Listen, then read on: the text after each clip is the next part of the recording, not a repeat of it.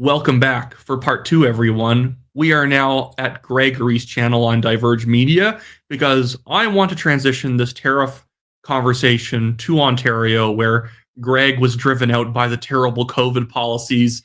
And yeah, so I want to discuss what this Ontario election is, because in all of this, as much as I dislike Justin Trudeau and dislike David Eby, the sleaziest actor in all of this trade stuff is Doug Ford. It has been Doug Ford. Mm-hmm.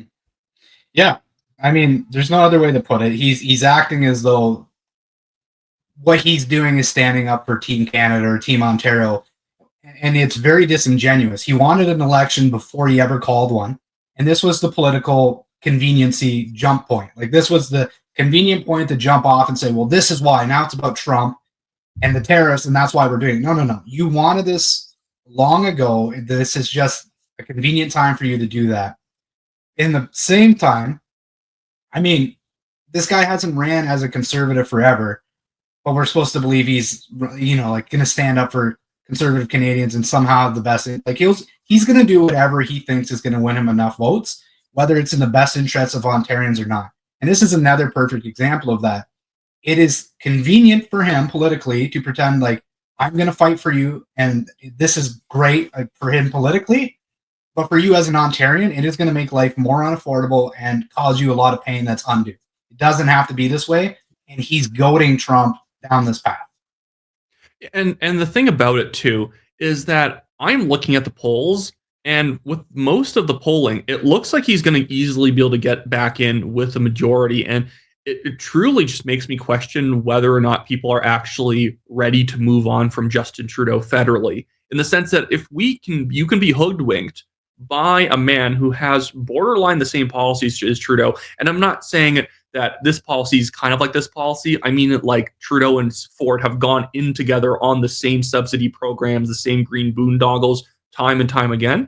That if you're willing to say that this is conservative and this is liberal, even though they are one and the same in terms of what they're doing, like, I don't know really if people are even ready to move on from the federal Liberals if you swap in a Mark Carney, a Chrystia Freeland, or there's going to be enough voters, frankly, arrogant enough that they're going to say, see, I can't vote conservative, they're like Trump, and then continue to put these people back in office. But this has been an entire thing. Maybe you should go over your story about leaving Ontario and just how bad it was. Yeah, so I'm trying to think of the best way to talk about this, because I've been thinking about it quite a bit, but it angers me to a great deal. I'm 2,800 kilometers away from my family. I happen to actually love them. It wasn't like I wanted to get away from them and drove as far away as possible. So how does that come to be? Like, basically, we were in an apartment that was run down. 3 years we had been trying to find another place to get out. Growing family, 4 kids in a small 2-bedroom place, and we couldn't. Everywhere we looked, it was basically, there's 400 applicants. Good luck. There's 9, out of those 400, 350 of them are retired with a perfect credit score, and they used to work at NASA. It's kind of how I talk about it. Like, they got no pets. They're not, you know what I mean? You're competing against that, and you have 4 kids and a dog and a cat. Like, good luck. So that was kind of the scenario for like years. We had been trying to get out of this place, and it wasn't a nice place. Like, we had a list of, I think, at least 10 or 20 items of things that needed to be repaired. I'll give you an example. There was a time we had water come down from our bathroom, which was above our kitchen. It came straight through the outlet in our kitchen. There's water pooling in the kitchen light. And so we report this to the landlord, and they come in, and he looks at it and he goes, just don't turn off the light. Just don't turn it on. Let it dry out for a while. It'll be fine. Nice. So this is... Yeah, it'll dry out. It's fine. Like, water and electrical, they're not a big deal. They go together like PB&J. So just let it dry out. You'll be good. Well, in a technical sense, they do. It tends to, what is it? What do you call it? When, like, I'm screwing up your story right now. I don't what electricity is heavily conducted through water. There you go. Wyatt's learning. Well, yeah. So PB&J in all the wrong ways. PB&J go together in a good way. I was referring to them going together in a very bad way. So yeah, like 3 years in this place, not a nice place. I remember, and if we were to re-rent that place in context, when we left, we'd been locked in for 5 years. So I think it was 1,070 plus utilities for this really not nice place. But if we left and re-rented the same place the next day, it would have been 1,600 plus utilities. And now I think it's upwards of like 1,900 a month in Kitchener. So we're in this situation like, man, what do we do? This has been going on for 3 years now. I remember having to walk over a passed out drug addict in our entryway. I had to like crawl over him like P. Diddy in that, alligators croc, walking over the guy in the music video. I don't know if you're getting the reference, but I had to walk over this guy to get to my vehicle, and then I pass welfare housing where I have cars that are nicer than mine as I'm on my way to work for 7 a.m. And I'm thinking, like, this is not working. Like, everything Doug Ford promised never happened. It was only in rhetoric only. There's supposed to be cuts to the middle class. We had basically uncontrolled immigration, student immigration, all in largely concentrated in the Kitchener-Waterloo GTA area. And so this bids down the cost of labor. Like, so I'm not making great money. I'm working at an electrical supply warehouse, making less than $20 an hour. I got 4 kids at home. And at the same time, housing keeps going up and up and up. I can't even let my kids go down to the park down the street because there's needles littered everywhere. Like, this is my life. There had been a couple stabbings a couple blocks away from where I live. There'd been a shootout behind our house, or near our house, on the 401. And this is just a couple of months before we decided to leave. And I had been talking to my wife for a few years about the need to go. But like, you're watching all this happen, and there's no hope for anything to change. And at some point, it was just, we need to go to where there's greener pastures, so to speak. And so that's where the decision to come to Saskatchewan comes up. We don't want to be in a city. We moved to Yorkton. Third biggest economic region is Saskatchewan, but it's still got a rural feel to it. And I'm kind of looking now, potentially, like, is there ever any hope of moving back to Ontario? I don't know. And we're watching this unfold, and I want to think it's going to be different, but if Ontarians continue to fall for, when somebody runs with conservative rhetoric, but their actions are anything but, like, we need to recognize that as voters, that it's not the Conservative Party and their ideas that are bad.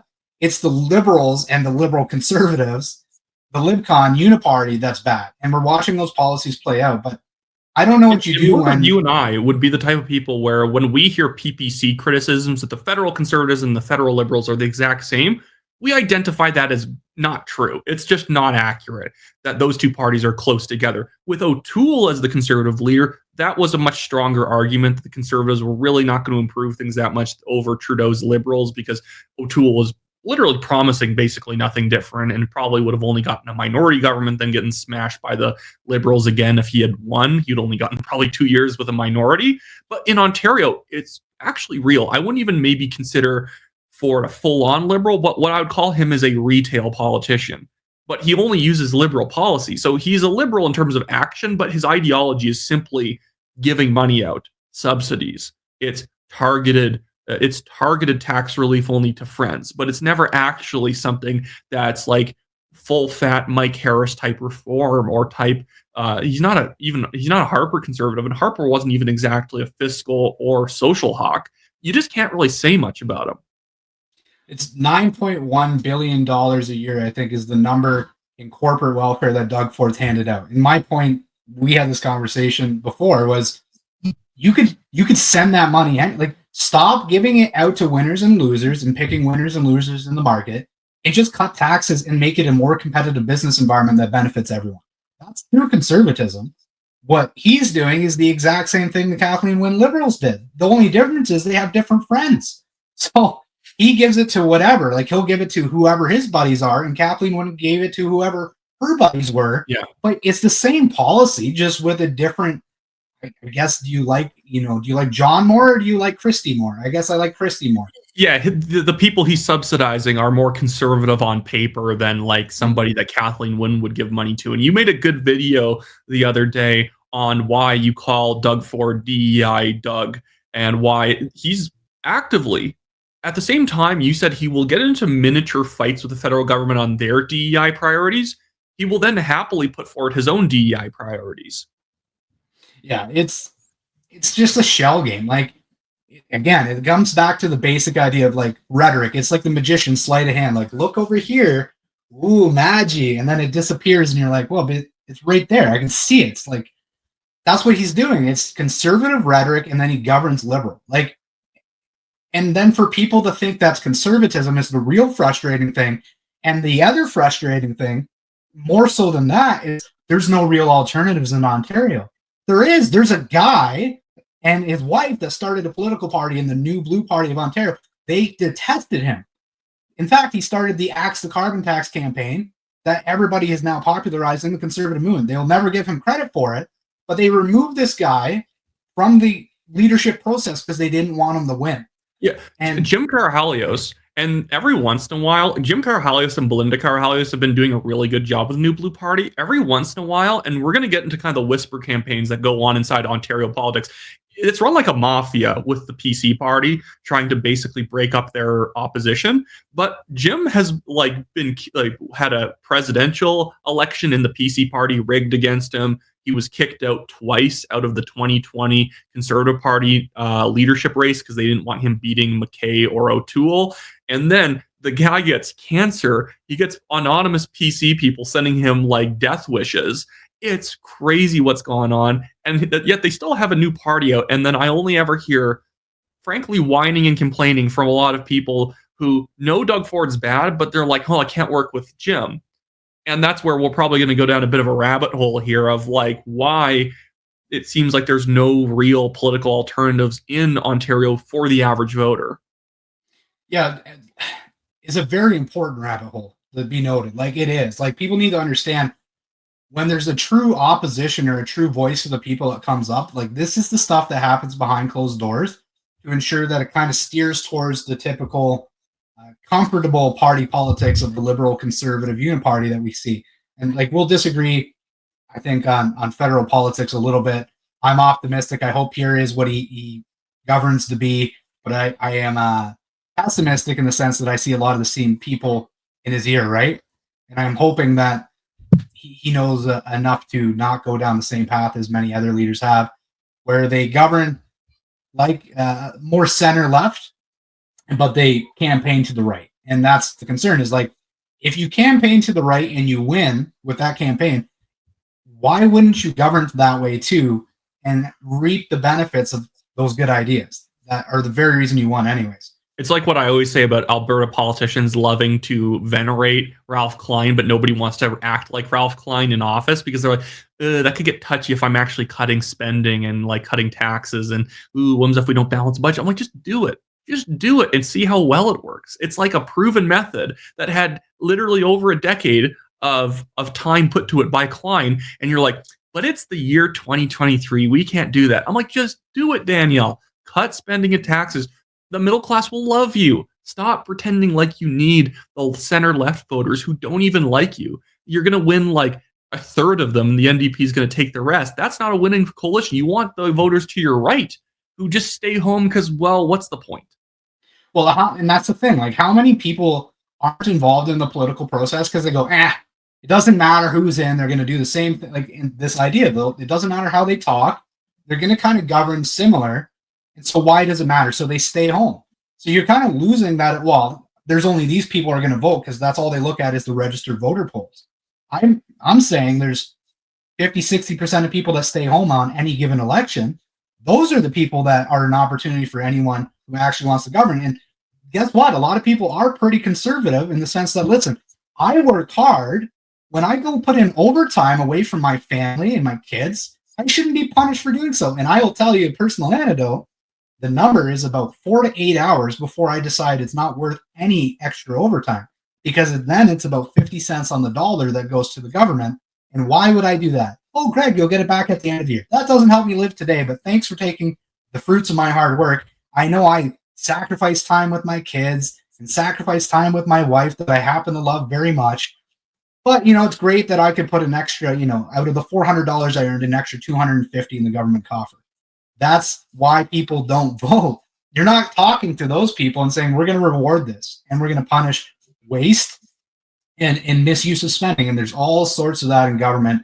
And you can find it all the time. Doug Ford, his corporate welfare handouts are staggering. What was it, $10 million he gave to the Chinese-owned baby formula company? And something like those that. Guys his economic development minister, as I've said in so many videos, was celebrating the cricket factory that was producing crickets for human consumption. The Liberals got excoriated for that by conservative media. I found it curious that conservative outlets wouldn't talk about the fact that the Ford PCs were also in on this project, at least celebrating it. I can't find the exact record of how much money they gave to it, but as a general rule, you do not celebrate projects as a government that you didn't put money into, especially when you're a subsidy government like the Fords. You always celebrate your own wins, not another government's wins, unless you had something to do with it. And they absolutely did have stuff to do with that because they kept talking about it. And this is but the thing is, right now, the environment, at least to me, the soil seems like it should be good for an alternative party. 2022, it wasn't like a snap election that people didn't see coming. 2022's election came exactly 4 years after the last one, and 57% of people decided not even to vote. And now we have a snap election where even less people might even vote because it just seems like such a waste of time and of an election. People don't really expect change. You think that this would be the perfect time for Ontario to get an alternative party to actually battle back against the corruption of all three of the major parties. And it is, though, because there's the potential for that lower turnout. If you're motivated for change, now is the best time of any time with a low voter turnout to get out and really have a say, because you don't need as many people. You don't have people excited about, for instance, legal marijuana in a federal election that have never voted before and they're going to go out and vote for that. So if you get drowned out. No, right now people are asleep at the switch, so to speak. It's the middle of winter in terms of an election. Not many people are excited about this election being called in the first place. A lot of people are angry about it. That's the opportunity as an alternative party, is I don't need 40,000 people to show up in a riding. I could potentially win with, 7, maybe 10,000 people in a couple of ridings. At the very least, anytime they're over 5%, it was you who told me this, right? Mm-hmm. They get some of that money back on a per vote subsidy. So if we can push a bunch of candidates for an alternative party over 5%, now they're establishing themselves for the next battle. And that's going to be important too. When we see the failures and the fallout of bad policy that's about to happen, wouldn't it be good if there was an alternative party that was legit, that had a war chest ready for the next time? And there is one, and I do endorse, alongside Greg, the New Blue Party of Ontario, but pretending like we're both corrupt insider PC people, have no fear, Greg, because we have a plan to make sure that no alternative party actually comes into a substantial existence. And it's called massive corruption.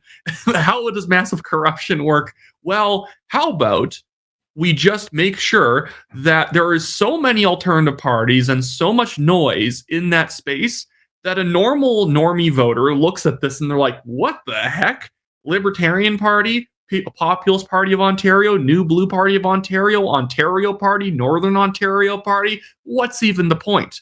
And that literally is the point, to make people think that. It's what happened in 2022. And Doug Ford and the PCs are going to run this playbook once again. And now let's go down the roller coaster of a rabbit hole. Wherever you want to start will work for me. Yeah, there's a lot to cover here. But it's like this idea, right? Why can't we all get along? Well, to assume that we all want to get along is the first issue.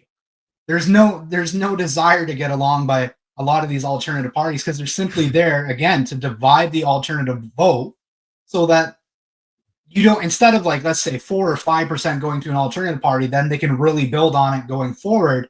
Oh, you got 2.7% here, and then you got 1% here, and then 1.5% here, and you divvy up all these sections of an alternative vote, and then you just go, yeah, who cares? It's lost in the noise. And you make people feel like there is no ability to work with each other, so I'm not going to pitch in and help any of these options. And it's making the option seem hazy, and there's too much ego. That's what I actually hear from people I even like in Ontario politics. They're like, there's too many egos clashing between the Ontario Party and the New Blue Party.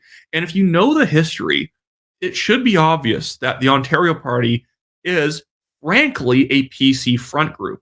There are people inside the PC Ontario Party who are still PC Ontario supporters. They get jobs with the PC Ontario Party, or they get basically connections to get jobs. And whenever they see angry PC members, I hear that they direct people to the Ontario Party. Shouldn't it already be really sketchy that people like Tanya Granick-Allens, pay the Parents as First Educators organization, that whenever they find disgruntled PC voters, they push them towards the PCs. An organization run by PC insiders is going to tell you which party that you should support if you want to best oppose the PCs of Ontario, and it happens to be the lesser of the two alternative parties between Ontario Party and New Blue Party, a party that actually has EDAs in every riding and candidates in every riding. No. Vote for the party that runs candidates in about 2/3 of every riding, doesn't file their financial statements, doesn't have any EDAs, because that's how you're going to get change, voting for the people who are the most flaky. Yeah, 10,000-foot view here. You have two bigger alternative parties, or like really the two alternative parties in this coming election. Which one I don't consider an alternative at all. Again, I consider them a front group for division. That's what they are. You have the New Blue Party, and then you have the Ontario Party. Now, the Ontario Party, the president there is Tom Marazzo. Tom Marazzo, we could go down a whole nother rabbit hole in the Freedom Convoy and backroom deals he was orchestrating, and then being dishonest about at the government commission about not wanting them. I didn't want to meet with the mayor. I didn't want to meet with the city of Ottawa. And then there's video of him the day before saying, we want to meet with the delegation from the city of Ottawa. They're super trustworthy people. They're never dishonest. But, this guy puts out a presser or a news release calling the New Blue Party divisive and toxic, and then tries to, in the same letter, pillage supporters, members, and candidates from the New Blue Party, which is the most toxic and divisive thing you could do. Now, that's just kind of Tom's side. That's your president. Then by the way, for one little piece of extra information, in case you don't want to go down the Diverge media rabbit hole of all the nonsensical stuff that they did behind the scenes of the convoy that put the truckers in danger, Tom advocated for me to get kicked out of the Calgary Signal Hill nomination for the Conservative Party that I did eventually get kicked out of because a Conservative insider wanted somebody else to win. I, jokes on them, made sure that person still didn't even win, but I was probably going to do at least very well in that nomination. But Tom advocated for me to be kicked out because I once made a joke about him pretending like he was a combat veteran when he's never been in combat. Yeah, well, you hurt his feelings, so that's the important part. Yeah. Anyways, there's that side. There's your president. You have Derek Sloan and the Ontario Party haven't posted anything on social media since 2023. But now here's an election. Here they are with their hands out saying, give us money. We're here to fight for you. Well, you haven't been anywhere in the past few years, but I digress. So again, nowhere to be found for a number of years. But all of a sudden, when there's money to be made, they got their hand out. And they're ready to fight for you. Then we go down Randy Hillier endorsing them. And I just wanted to go back to this. You know where I'm going with this. The vote. Yeah, I'll get subsidies for independent candidates, but not on a new party like Belinda Carvalho's and the New Blue. So there's a whole. Yeah. So Greg, make sure to link this in your video. Opinion addressing the Hillier Controlled Op allegations, and it's going over Jim Carvalho's allegations that Randy Hillier and people like Derek Sloan and Rick Nichols were basically controlled opposition. And maybe you tell me let the public know what this highlighted section is kind of getting at, because this is where it's important. Yeah, let me just pull it up on my end. Sorry. Okay. In the case of an independent member, an amount is payable to the member's registered constituency based on the percentage of the total number of valid votes the member received as a candidate in the electoral district at the most recent election. In addition, if the independent member was elected as a candidate of a registered party, the registered constituency association of the registered party remains entitled to the amount it would otherwise receive. So basically, in a nutshell, you receive money based on the number of votes you receive. It was going to established parties like the Liberals, Conservatives, NDPs, but it wasn't going to independents. Hillier says, well, I went and I fought in court, so to speak, to win this big case. He never went to court. That's the thing. And there's an agreement that happens before this allegedly goes to court, but it never did, from the Ontario PCs that benefits only independents. And it somehow miraculously leaves out the New Blue Party. So you have Belinda Carvalho becomes an independent MPP and decides to start New Blue. She doesn't get the subsidy, but everybody else does. That's kind of the the gripe that happens here a little bit at the beginning of the rub. You even had it on tape where you asked Randy these questions. This is not Greg looking through bits and pieces of evidence and just assuming what might have happened. I've listened to the tape. We don't need to listen to it here, but it can be linked in this video as well. If you guys want to go check it out, it will be in the article. But you confronted him on the fact that he didn't win a court case, and this was obviously what looks like a backroom deal to get the independent MPPs, Rick Nichols and himself, direct funding as independents for their EDAs. But it makes it so that for Belinda to get the money, she would have to stop representing herself as a New Blue candidate, as a New Blue MPP, which helps build the brand. It helps demonstrate who we are. And she'd have to become an independent like them. Now, why is it that Randy and Rick Nichols, who are associated with the Populist Party of Ontario and the Ontario Party, they don't care about being able to represent themselves as a party guy to grow a brand, but they'll take this money and not really acknowledge what went on. And as you keep going down, it all has to do with the alternative parties that are not serious about taking on the PCs. They get money, but they also make sure that money doesn't go towards real change. It doesn't go towards building something real. And I want to bring up this other thing because it's going to get into Derek Sloan now. As people might know, Derek Sloan used to be the Hastings, Lennox, and Addington Conservative MP. He ran for the leadership in 2020, came last place, although it was 4, so he still got like 14% of the vote.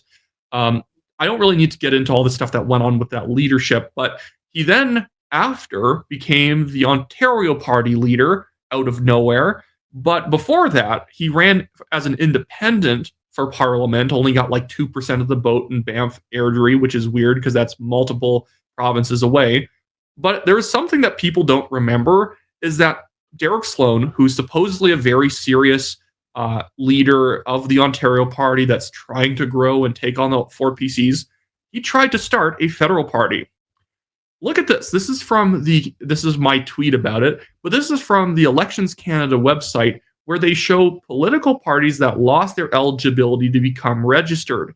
And under that section, you see the True North Party of Canada, and you see the Ontario Party of Canada. I'm not going to assume that the Ontario Party of Canada is just there coincidentally, and it has nothing to do with Derek Sloan now leading the Ontario Party. These things never actually came to fruition.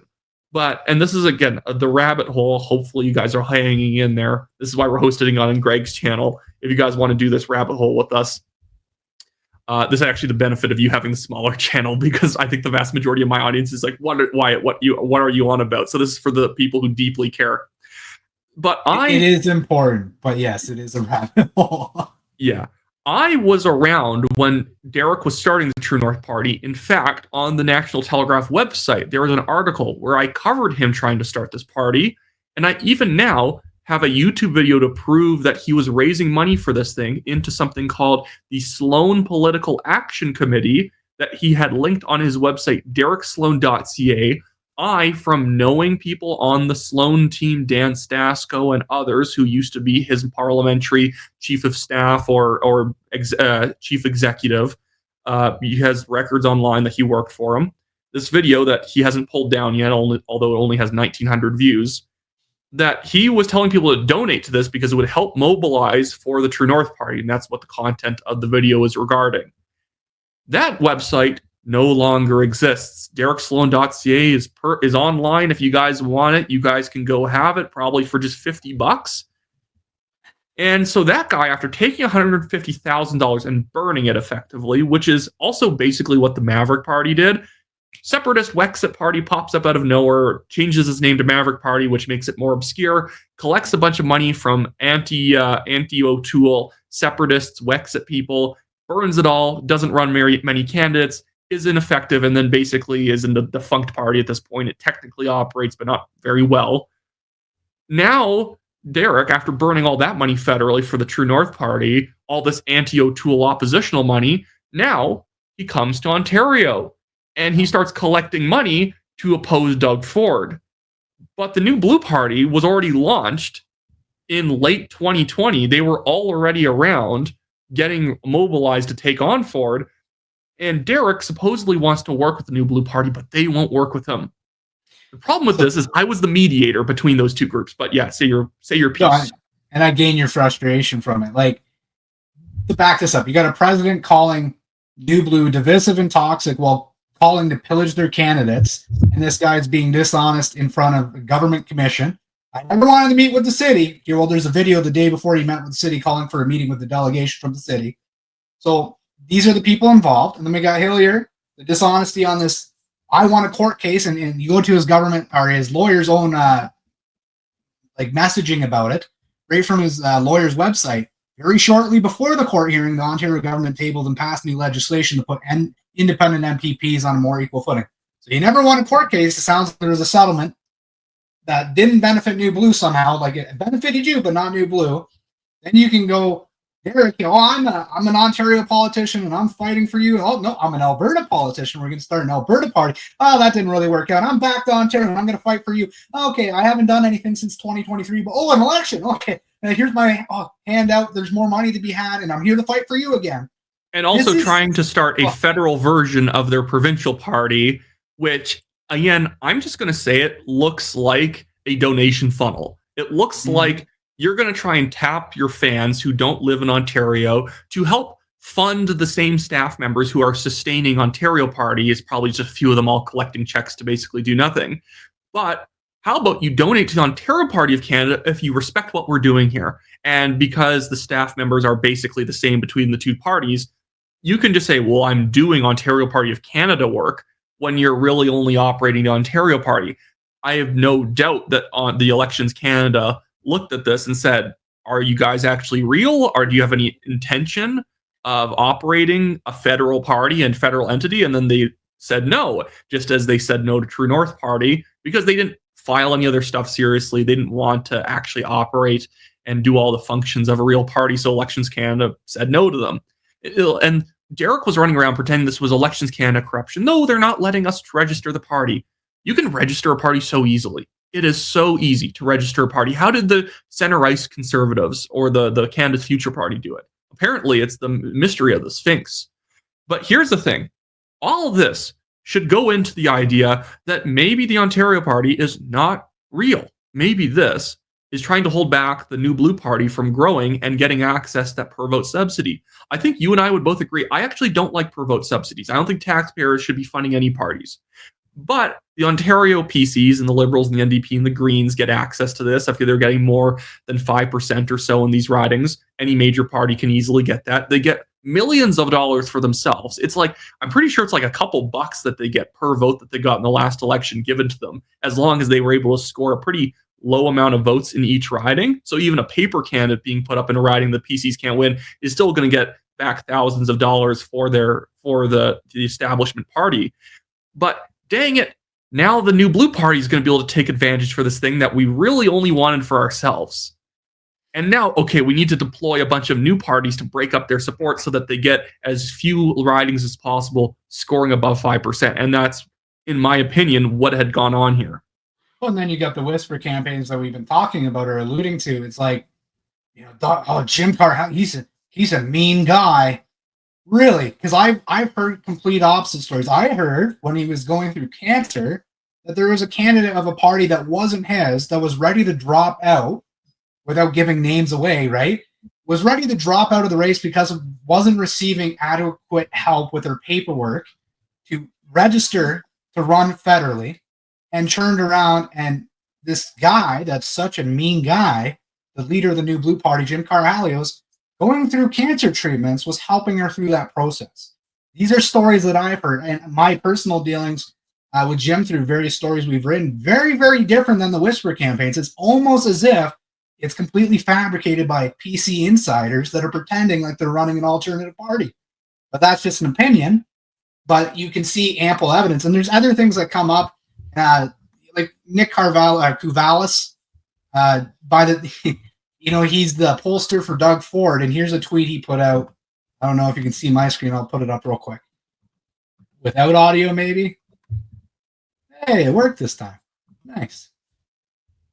Rick, our real Nick Kuvalis, Jim, by the time Randy Hillier is done with you, you wish you didn't piss on all your friends. You're not nearly as smart as you think. And he was referencing, look at everyone, it's O'Toole's spokesperson, originally name called to cover up the fact that his buddy Aaron had to remove me from the leadership because he couldn't beat me fair and square. So, like, why is Nick Cavalis alluding to Randy Hillier is going to mess up things for Jim? You know, if there's nothing happening behind closed door, no backroom deals happening, isn't it weird that there's this settlement? Not it didn't happen in court, but the PC's put in a rule that helps independents like Randy Hillier, but doesn't help the New Blue. And then you got Nick Cavalis, Doug Ford's pollster, putting out that Randy Hillier is going to mess things up for you, Jim. By the way, in 2022, when a lot of people were pissed off with Doug Ford, you could even see that whenever and this is like legitimately what you would describe as a psyop, with any operation that you run in politics, you don't have one little hole you want all the marbles to run down. If you don't just say, oh, if you oppose Doug Ford, go and vote Ontario Party, because even then, like, not everyone will agree with you. A bunch of them will go New Blue because New Blue is just obviously more legitimate. And also you don't want too many marbles rolling down the Ontario Party hole in case by accident it ends up hurting too many PC candidates. And so the other hole that in any op that you want people to run down is you want multiple alternatives that it will make sure that people aren't actually effective against you. One of them is the Ontario Party. One was the Populist Party of Ontario. And I would say the third one, who Randy Hillier was originally heading up the Populist Party of Ontario, but how he ends up probably destroying 100,000 voters or so who don't end up coming out against Doug Ford, is that he tells people, there's no point in voting. There's nothing left we can do in the political system, and voting is not going to change any of this stuff. And he can just make all of his hardcore followers, which he had a lot of, just say, yeah, there's no point. And then that's how you get 57% of people not showing up. Not that all those people are following Randy Hillier, but you get my point, that a bunch of people, probably a percent of voters, 1 or 2% of voters, just says, I guess there isn't any point in showing up. And then they stay home. People who are really mad against the lockdowns and saw Randy Hillier as their acolyte, even though Randy Hillier never went to the legislature to oppose any of the lockdowns. He's like the laziest MPP you will ever see. No point in voting, just like there's no point in showing up to represent your constituents and actually stand up for, well, if they're going to make me wear a mask, I might as well not even show up. Right. I think you should be there, but I digress. That's a small personal sacrifice to hold them to account. I've heard people saying, well, it's the principled thing to do. Stop it. Stop being silly. Anyways, but I just want to quickly bring up this other thing now. Sorry, it's hard to be principled when no one's there to hear you. But now that the waters are more calmed and there is more traction, now that like the Ontario Party kind of died and doesn't have as much credibility, suddenly Randy Hillier is now linking arms with Sloan, saying the Ontario Party is the real political vehicle for change.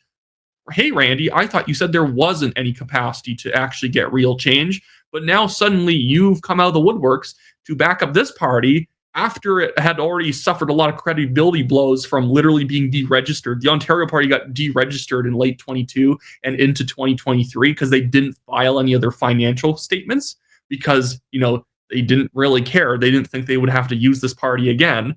And now suddenly when they need a credibility kick, Randy Hillier's back. Yeah, it's beyond frustrating. Obvious what's going on. Well, it's the inside of politics, and people don't see this. They just see the whisper campaigns. And then you don't know who Jim Karahalios of the New Blue Party is, but somebody that you respected because maybe Randy Hillier was very vocal in terms of being out for anti-lockdown protests, and I covered many of those with Diverge Media. It doesn't, and people also get lost in that it's beneficial sometimes to be on the opposite side of the aisle, both financially and for clout. I don't know where he falls, but all I know is there's a legitimate option here, one that's filled with character and integrity. We watched Jim's wife of New Blue Party of Ontario get kicked out for taking a principled stand against authoritarian overreach, and you're saying they're too divisive to work with. It's like, give me a break. Get your stuff together. If you're serious about actually making things better for Ontarians, you'd be working with them regardless of your personal feelings. This is something I learned from James Lindsay, but he didn't invent it by any means. And I think it perfectly describes what people in the Ontario Party and other alternative scene and the PC Party are doing to Jim and Belinda Karahalios and the New Blues. It's called Darvo. It's basically a harassment tactic to undermine someone's credibility and undermine their own confidence in their ability to move forward. Darvo is an acronym that stands for deny, attack and reverse victim and offender. That it's always that what Jim's saying is false, that he's the one who's actually victimizing us, even though the Ontario Party came out of nowhere to basically try and hem in on New Blue's territory with less credibility, with less of a robust platform, without any real plan to attack the PC party, and coming up with ridiculous solutions saying, hey, we should work together. You only run half your candidates, we only run half our candidates, which is a recipe to make sure that nobody ends up doing well. And then also constantly just saying, oh, see, New Blue's full of convoy haters. New Blue's full of this or that. Jim was the one who put down the stage with all the speakers on the first day of the convoy so people could end up actually making speeches. So Ezra will advance. So Derek Sloan himself, so Maxime Bernier could get up on stage and make speeches to the crowds. Jim did all that. Jim's put in the work. Jim was, in fact, the first lawyer to get a convoy trucker acquitted from all the charges. Not charges dropped because the Crown files 1,000 and you get 200 of them dropped because they didn't really care about those cases anyways. No, the Crown was pursuing this guy, trying to lock him up, and Jim got him acquitted. Jim got his filings done in time. Jim didn't betray any of his own candidates and drop them so Ontario Party people could run in their ridings. He has actually been working a real job while being the New Blue Party leader. But, oh, no, the Ontario New Blue Party can't be worked with. They're divisive, they're awful, and actually we tried to work with them and they were so mean to us. It's classic Darvo tactics. Yeah, you can be hard to work with when you have principles. Yeah, you can be hard to work with when you don't want to be a PC front group. Exactly. That's what I mean. Like, if you have principles and integrity and character, and you don't want to see something fake, and you're trying to do the right thing, yeah, it might be difficult to work with someone like that. I'd like to think that I've been difficult to work with on a handful of issues, and it's because when I see something wrong, I'm not trying to play whatever team is convenient. Like, it's not about clicks, it's not about views, it's not about money, it's about principle. And I believe, this is what's right. We tell the truth. And I believe with Jim, it's like, this is how you move Ontario forward. This is the right thing to do for the conservative movement. And we're going to stick to it. And if that rubs people the wrong way, then so be it. But the reality is the people it's rubbing the wrong way, the whisper campaigns you're hearing, it's not average everyday Ontarians or Canadians in general. It's people that have a vested interest in ensuring that nothing like New Blue ever takes off the ground in Ontario. Because heaven forbid that a party like New Blue sparks a conservative movement in Ontario, and that spreads to Manitoba and Saskatchewan and Alberta. And all of a sudden, all the provincial parties actually maybe have to govern or not placate, but they have to respond to actual conservatism rather than whatever is politically expedient at the time. Yeah. That's, I think, the fear. So nip it in the bud in Ontario, whisper campaigns, start alternative parties, make sure that never gets off the ground. Because if it does, and there's a New Blue reform party type thing that hits the federal level, my goodness gracious, that would be trouble for the conservative movement in Canada. Yeah, and before anyone tries to accuse me of just being like a Derek Sloan hater or whatever, because that is again a classic tactic of saying why it's just disgruntled or something like that. I knew Derek and his team better than I knew Jim when the negotiations were happening. I was even thinking, oh, it would be great if these two could work together, and then it literally made my heart sink when I started seeing the sorts of things they were telling me in the background, assuming I was on side, assuming that they would just admit to me that they weren't really negotiating in good faith. Yeah, no, we're talking to Jim, but we already have our own path forward. You don't tell that to someone in the background and then go in front of people and say, couldn't make it work. They're not trying to make it work. Their demands would be stuff like Derek gets to be the leader. Derek gets to walk in, apparently, last second and get a corner office in a new party, despite not actually doing anything to help. Despite the fact that he hasn't built any infrastructure himself, he hasn't run successful campaigns on his own like Jim has. And even Jim said, you can come, but we have to have a leadership race to see who's going to be the leader. Oh, I don't want to have to organize against Jim. He's actually good at organizing, which is kind of a good trait you want as leader. I donated at least $849. I actually think when you add up all of it, it was like $1,500 to Derek Sloan's 2020 leadership campaign. Back when I thought he was real. I thought, he actually wants to get this stuff going. He actually wants to push a more orthodox type conservatism in Canada. Nah, not really. Flaky constantly. Couldn't even pay my own mother back the $30 that she spent on clipboards and pens that they needed because they didn't get that stuff themselves when they landed in Calgary for an event. Couldn't even write her a check. because that's the type of people there. Oh, they might have forgot. Good people don't forget. Good people don't forget something that significant. Know what I mean? Good people don't just kind of walk on and not even have someone from their team. We're like, hey, weren't we supposed to pay these people? Because they don't care. They have contempt for people. Contempt is worse than hatred because contempt is that they don't even care about you and they're willing for bad things to happen. Well, and it's worse than just, well, we're not going to make it work. There's been active whisper campaigns, and now you have the president and Tom Marazzo of the Ontario Party talking about the leader of New Blue is a weak leader type thing, and he's being toxic and vindictive. It's like, and then they try to pillage their candidates and members. It's like there's nothing more toxic and vindictive. By the way, and then they were trying exactly to make what Tom Marazzo did on the convoy. He showed up one day to join the convoy leadership. They didn't need him. And he was just saying, I'm just here to help out. I just want to help sort of like, organize truckers on the ground and all that stuff, even though that's not what his background or experience is in at all. And then he starts trying to divide convoy leadership against each other by having press conferences with only some of them and saying that person's ideas are bad and they're toxic. And then trying to make the convoy not about the lockdowns and mandates, but trying to make it about the carbon tax and try to make it about other government corruption and try and make it an abstract movement that the average person looks at it and says, this is ridiculous. Why they can't even get their real points down properly.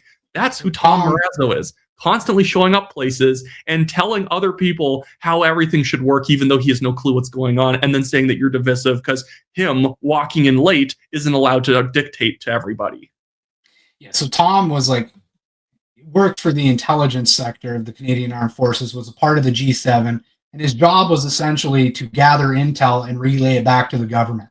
Just saying, kind of like what he did at Convoy, where he was going in, getting all this information from the inside, relaying it back to the control center, which was, a certain lawyer that happened to speak at an event with Jason Kenney as the keynote speaker a few months after Convoy, the guy who locked up pastors, all of a sudden he's on stage with them, but I digress. He basically pulled the Randall from Recess, where he was going to tattle to Miss Finster. Miss Finster. That's what he was doing. He's gathering all the paperwork and spying on what's going on and then reporting back to Miss Finster and throwing people under the bus. And in his own book, we're real down the rabbit hole now, but in his own book, he admitted, well, I knew moving trucks up towards Wellington Street would make it easier for the police to kettle protesters and put them in a weaker position. But I did it anyways. Yeah, and it's such a minor point, and people often think this is so technical and they don't really want to get into it. Mm-hmm. To put it very simply, the thing is that it's very easy to break up a protest or break up some sort of some sort of long-term protest like the convoy, if the convoy is set up in such a way on the street that police can easily go up, grab people, remove them. Originally, the convoy set up where there's trucks kind of jammed up everywhere. It's almost kind of, there's makeshift walls, not because anyone set it up that way. It's just how the trucks are on the street. It makes it very difficult to individually say, hey, you got to leave here and whatnot. And again, the convoy was illegally parked, obviously, but the whole point is it's willing to pay the fines that it's incurring because on paper, what the government's doing is also sketchy. So it's basically being sketchy to oppose another sketchy thing that the government's doing. And wouldn't you think that it's kind of a bad thing to then convince truckers to set up their trucks in such a way that you can arrest everybody, run them over with horses and whatnot, because horses wouldn't have been originally able to get in? That to have all the trucks only on Wellington Street so they can be surrounded and everyone can be arrested in one day. Somebody who has apparently military intelligence experience advising you to do that feels sketchy to me, but I'll at least attribute it to crushing stupidity and incompetence on Tom, because that's what I've seen from Tom over time. Yeah, wouldn't it be far worse if you admitted in a book that you knew that putting protesters in that position would make it easier for the police to move in and kettle them and ultimately lead to horses trampling people and protesters being beat? Wouldn't it be awful if you admitted that you Maybe knew that put him at risk? Maybe he's just extremely stupid. Maybe that's what earned me a block by Tom Marazzo on Twitter, is that I wrote about and quoted his book where he talks about those things and he didn't like it. Maybe. This is how he earned from me the title of Hurt Locker Tom. And that's how you earned him trying to get you kicked out of a nomination. Yeah, because apparently Tom represents all veterans, and if you criticize him for pretending like he's some black ops operator on the ground, even though he's never, and again, good for anyone to serve in the military, but the man pretends like he has like deep experience and whatnot. Like, you worked for the military in a paper and pen position, which need to be filled. But veterans will tell you they hate when people do it. Combat veterans will tell you they hate when people who did that, who did good work, pretend like they were more than that. And that's what Tom loves to do. He likes to prostitute out his time as being a veteran to make you listen to him when his experience is in stuff that would suggest that maybe this guy's not even operating in good faith. Yeah, that's a whole nother rabbit hole. The frustration is you watch these people that you have examined and observed for quite some time have less than admirable traits when it comes to character and integrity, turn around and then project that onto somebody who actually does have character and integrity. And that's the frustration you're watching with the Ontario Party president calling out the new blue leader in Jim Carhaley was divisive and toxic while trying to pillage their candidate. It's like the sweet irony of the situation for those that know, like you can see it in the press release itself. Like, he's toxic and divisive, then you try to pillage their candidates, which is toxic and divisive. But also then you're someone like myself or you have this background knowledge of kind of some of the stuff that's gone on with these people, and you go, well, that's pretty disgusting behavior, actually. By the way, do you want to know something else that's kind of sketchy? When Ontario Party finally filed its financial returns from the election, because they did it way late, they did it in such a way where they basically summed up like 80% of all their spending as miscellaneous type spending. It all got to be miscellaneous, so you don't know how they spent anything. By the way, they wasted tens of thousands of dollars hiring Roger Stone on as an advisor to the party. Roger Stone, who literally has experience getting fake candidates to run for elections to hurt other candidates. He did this by having Pat Buchanan and Donald Trump run for the 1999 2000 Reform Party primary, made the whole thing look ridiculous, and then Trump pulls out, calls Pat Buchanan a racist and whatnot, and then it makes the Reform Party look so silly. They only get 0.2% of the vote in 2000, when in previous elections they got like 12% and 9%. They did pretty well. To fall the way down to 0.2 was because of the credibility blow that the Reform Party had through what Roger Stone did. So literally all of the pieces are here. We have the same characters. We have the same tactics used, but it's not trying to just help the PC party. It's a serious party. We just happen to keep knifing people we pretend we're working with. Yeah, and to close this kind of segment out, you have a party in Ontario that has proven themselves. They passed the litmus test. They stood up for you during COVID when it was politically inconvenient to do so. Linda Carhaley was, by the way, the first one to do it. Lost her job for standing on principle, and they've continued to do that throughout. They have a real plan to make life more affordable in Ontario. They don't support drug injection sites. They don't support DEI Doug and the woke policies he's pushing in schools. They're going to make things a lot different in the education sector. Check out their policy platform, New Blueprint 2.0. And again, I am not in Ontario anymore. I just am upset that I feel pushed out of my province as Christmas comes around, Thanksgiving comes around, and I see those message chat groups with my family in it, and they're talking about getting together and sharing pictures and things, and I'm 2,800 kilometers away. It hurts a little bit because I realize that if Doug Ford hadn't continued the Kathleen Wynne liberal policies for the last number of years, we might be in a much different position, and maybe I'd still be home with the family. Absolutely. Well, that's a great place for us to end this off.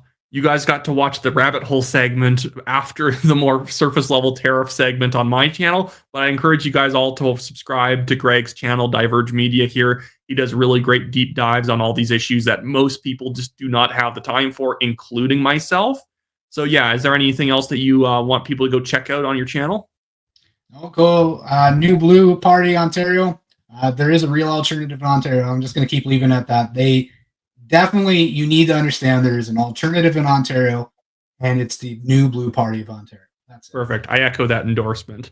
Anyways, see you guys all later. Check out both of our channels in the future for more videos, and we'll see everyone later.